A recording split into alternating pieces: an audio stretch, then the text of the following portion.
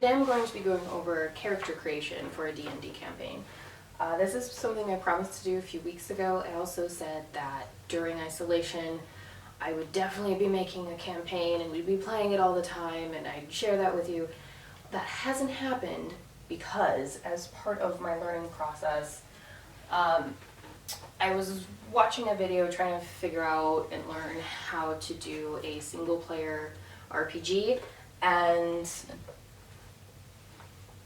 they recommended, one of the videos I watched, the Fabled Lands as a way to get introduced to making a character and rolling dice to, see what happens.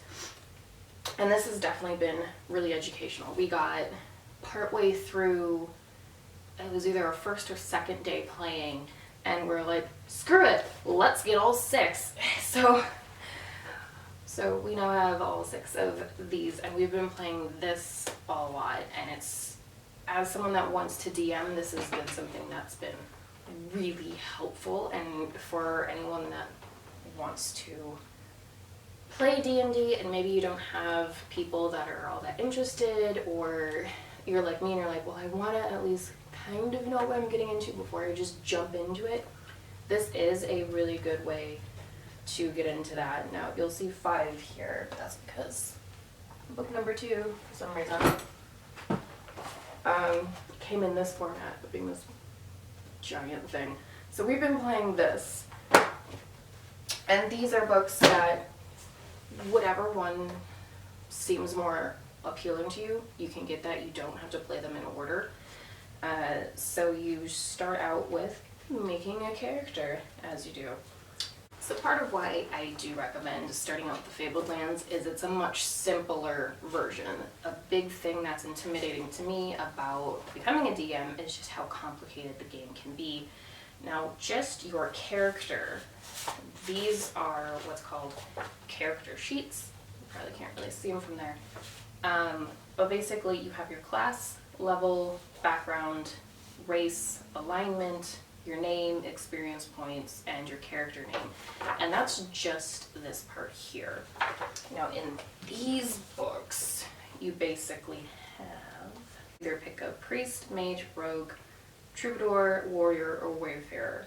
And then it just gives you your charisma, combat, magic, sanctity, scouting, and thievery. And then you're set, your character's created. So obviously this is way simpler because then it's just multiple choice. You can look at the numbers and all these different things and pick from there.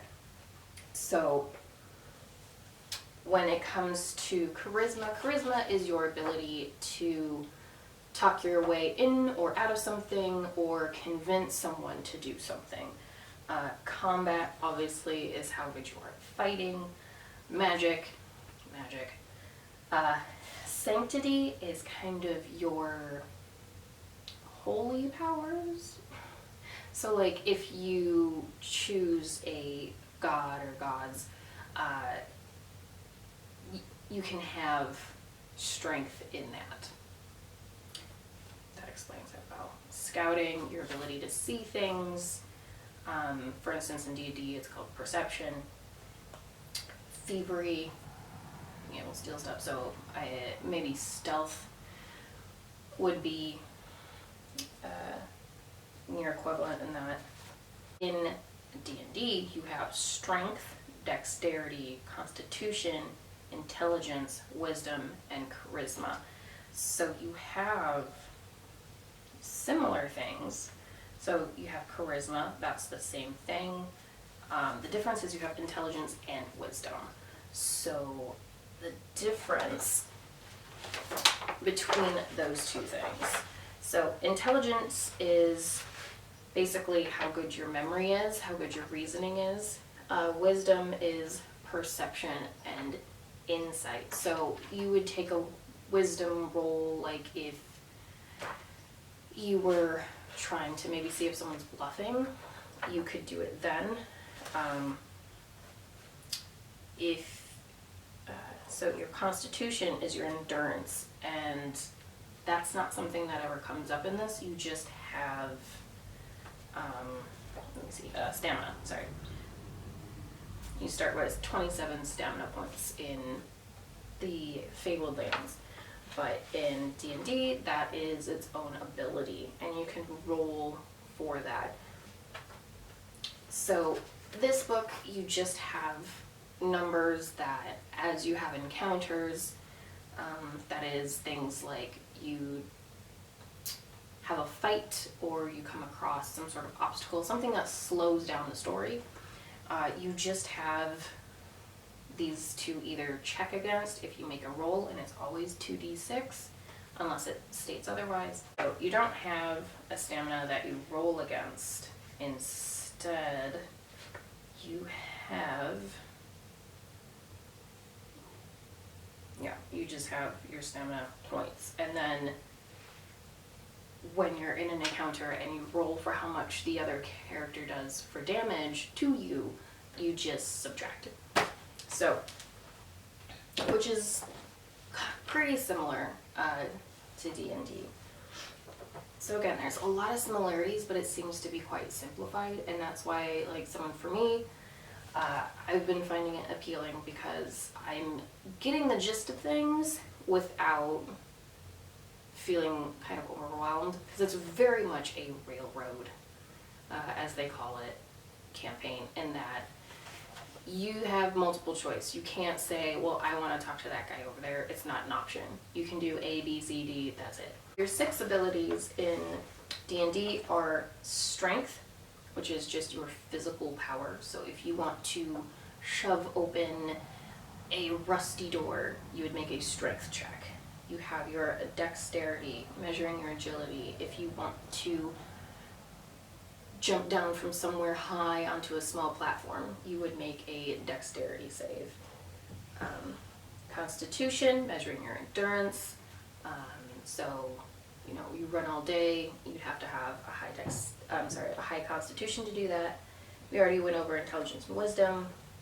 And charisma is the same in both, which is just your force of personality, as they put it. So your ability to talk people into things.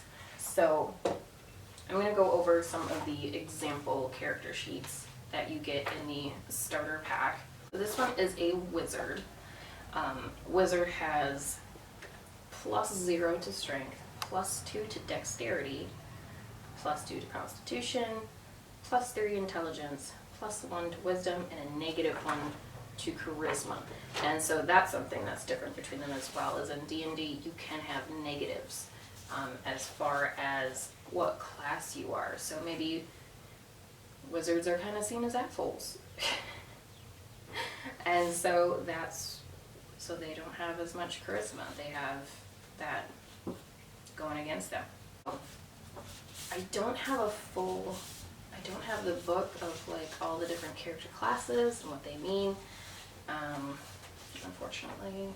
And that's something, again, that I'm going to start just getting the books, because I do so much better if I can have the books in front of me. And the library's been closed for obvious reasons. So I can't go and get the books. That's how I've been doing it until now, is I know I'm going to be writing a campaign, so I just check out whatever books I can. So that's definitely been another barrier of actually just starting a campaign. I don't have the books, so oh well. So there's wizard, cleric, rogue, fighter. There are so many other classes, and then your alignment. So alignment, that I understand. I don't have all the classes and races in front of me, but I do know the alignment, so we're going to go over that. You have chaotic, neutral, or lawful. So chaotic is, obviously it's kind of chaos. So if you're a chaotic good, you'll help the person that just punched you in the face. Is just as likely for you to do that as it is for you to help the person that's randomly in the street, as it is for you to help the people that you're going through the campaign with. If you're neutral good, you're good like half the time. Yeah, so basically neutral is You just kind of do it whenever. Chaotic is it's all over the place, and then lawful is there is a set of rules that you follow in accordance to that. So, you know, lawful good, it's going to depend possibly on what religion your character has taken up, what race and class your character is. So if you, for instance, are an elf that worships some sort of death god, maybe your idea of lawful good is killing as many people as possible because death is a gift. That's possible. That could be a thing. And see, it gets complicated, but that makes it so much more interesting. Then you have the people that are completely neutral. So, for instance, a true neutral is someone that basically you kind of look out for yourself. You may help other people. You may screw over other people. No one can know what the heck you're doing next. Lawful neutral is basically you follow the law no matter what. So, lawful evil, think of like terrible lawyers that get murderers out of jail time. You follow the law and you use the rules in a very twisted way. So you make sure that bad things happen, but you're doing it in such a way that you can't technically get in trouble for it. Chaotic evil, you could debate the Joker as either chaotic evil or just true, like chaotic neutral. I would say more chaotic evil from what we've seen because, you know, there is killing. Neutral evil is just, you don't really care who gets the bad end of what you're dishing out. You're just gonna be a dick, basically. So, there you have it. So there are some differences between D&D character building and the Fabled Lands building, along with character alignment.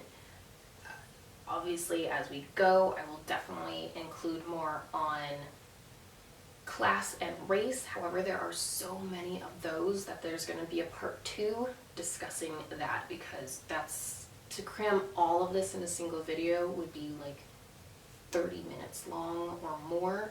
So we'll call this Introduction to Character Building Part 1. This is one finger. Thank you so much for joining. As always, likes, comments, and subscribes are wildly appreciated, and I will see you in the next chapter.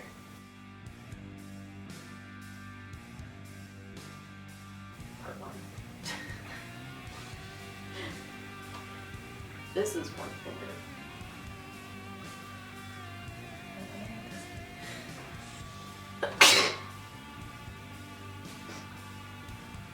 It's just chaos over here.